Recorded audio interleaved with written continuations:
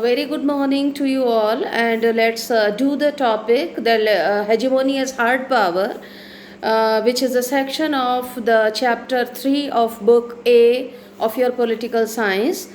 We are talking about US hegemony, and in this regard only we are doing hegemony as hard power.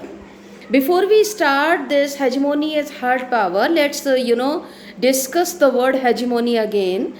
The foundation or the beginning of this word hegemony goes back to ancient Greek, and where this implies the leadership or the predominance, the predominant nature of a particular state. And during those times, the word hegemony was used for the leadership or for the predominant state of this one state, Athens. So initially, I must say that in ancient Greece, Athens would be the most powerful state in terms of military or in terms of political influence as well. That is the reason the word hegemon was used for them. Exactly in the same manner, nowadays the word hegemon is used, or the word hegemony implies to a system in which having one state being the most powerful one, being the biggest leader one, or being the predominant one. And in this regard only we are discussing all three aspects of hegemony, and here we are discussing hegemony as hard power. Hegemony as hard power refers to hegemony as military power, and that is the base. The base of the word hegemony, it implies or it goes back or its foundation lies in military power only. If a country is the most powerful one, then only it can, in terms of military I'm talking about right now, it can be called, if a country is the most powerful one, so far its military forces are concerned, so far its armed forces are concerned, then only a country can be called hegemony in true sense. And when we discuss or when we assess the military power of the US, we actually realize this thing, that there is a huge gap, there is a huge difference in the military powers of the rest of the world and the military power of the US alone. So let's discuss why is it so that US is called hegemon as hard power, or what is the meaning of the word hard power when we talk about US as the biggest military power in the world. Here, when we talk about American military power, when we talk about US military power, it is both absolute and relative one. Why is it called an absolute one? Because US military has the capability to reach at any point on the planet accurately. If there is any kind of need for any kind of armed attack, US military has its capability to reach anywhere, any place, any land of any country on this planet accurately, at the same time crippling the adversary, at the same time destroying the rival. But that is very important why they are called the absolute ones, because its own forces are always sheltered to the maximum extent of the safe zone. When there is a war goes on, I must say, or when there is an attack by American armed forces, American military has this capability to reach anywhere on this planet accurately, to destroy, to cripple the adversary, to cripple the rival very much accurately. And of course it is whatever they did in Iraq, whatever they have done in Vietnam, it is a very good example. These two countries are very good example of that.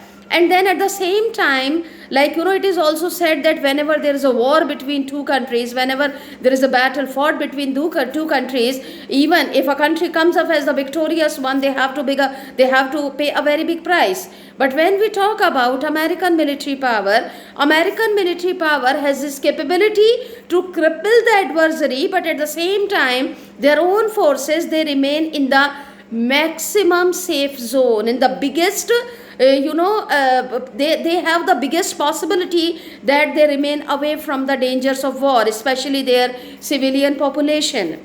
So it is that at the same time, but when we compare the absolute capability of the US military power It is a fact that no other power on this planet, no other country on this planet can remotely match them.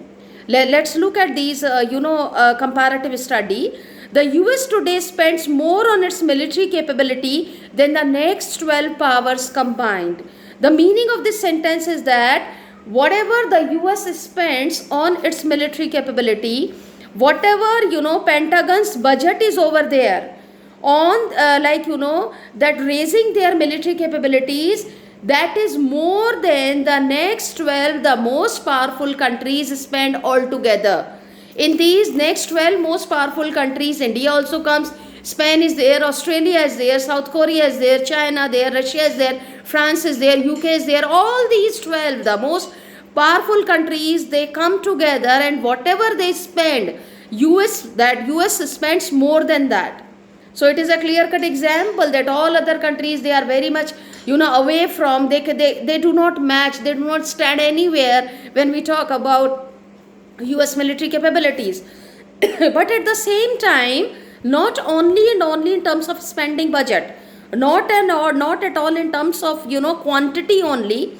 When we talk about technological quality, there is a great difference between the US military powers and the military powers of other countries. And it was like the US invasion of Iraq reveals, but at the same time, the whatever, at that time when US invaded Iraq and they destroyed, I must say, and there all the buildings, and they turned into ruins, and their economy, it was almost destroyed. It is a clear cut example. It happened for the first time that, whatever destructions were going on as a result of the bombardment of American army, of course under the leadership of America, it was NATO forces only, it was telecasted. So it happened for the first time that, the rest of the world could, especially the American public could, especially see them telecasted on television. So this is what, but it doesn't mean that US, military capability is unlimited one. Every powerful country, or I must say that every power has its own limitations, and exactly this is what happens with America as well. When we talk about the military power, or when we talk about, any other power, imperial power, which has used military forces to accomplish any kind of task, or I must say that by accomplishing 4 kind of tasks only, they are able to control the rest of the world.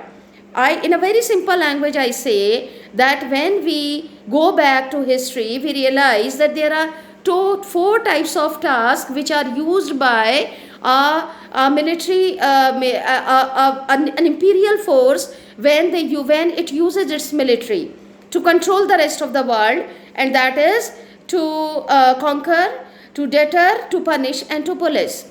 And when we look at the performance of the armed forces of America, when we have a look at this, we realize that American forces power to conquer, to deter, and to punish is, it's beyond limit.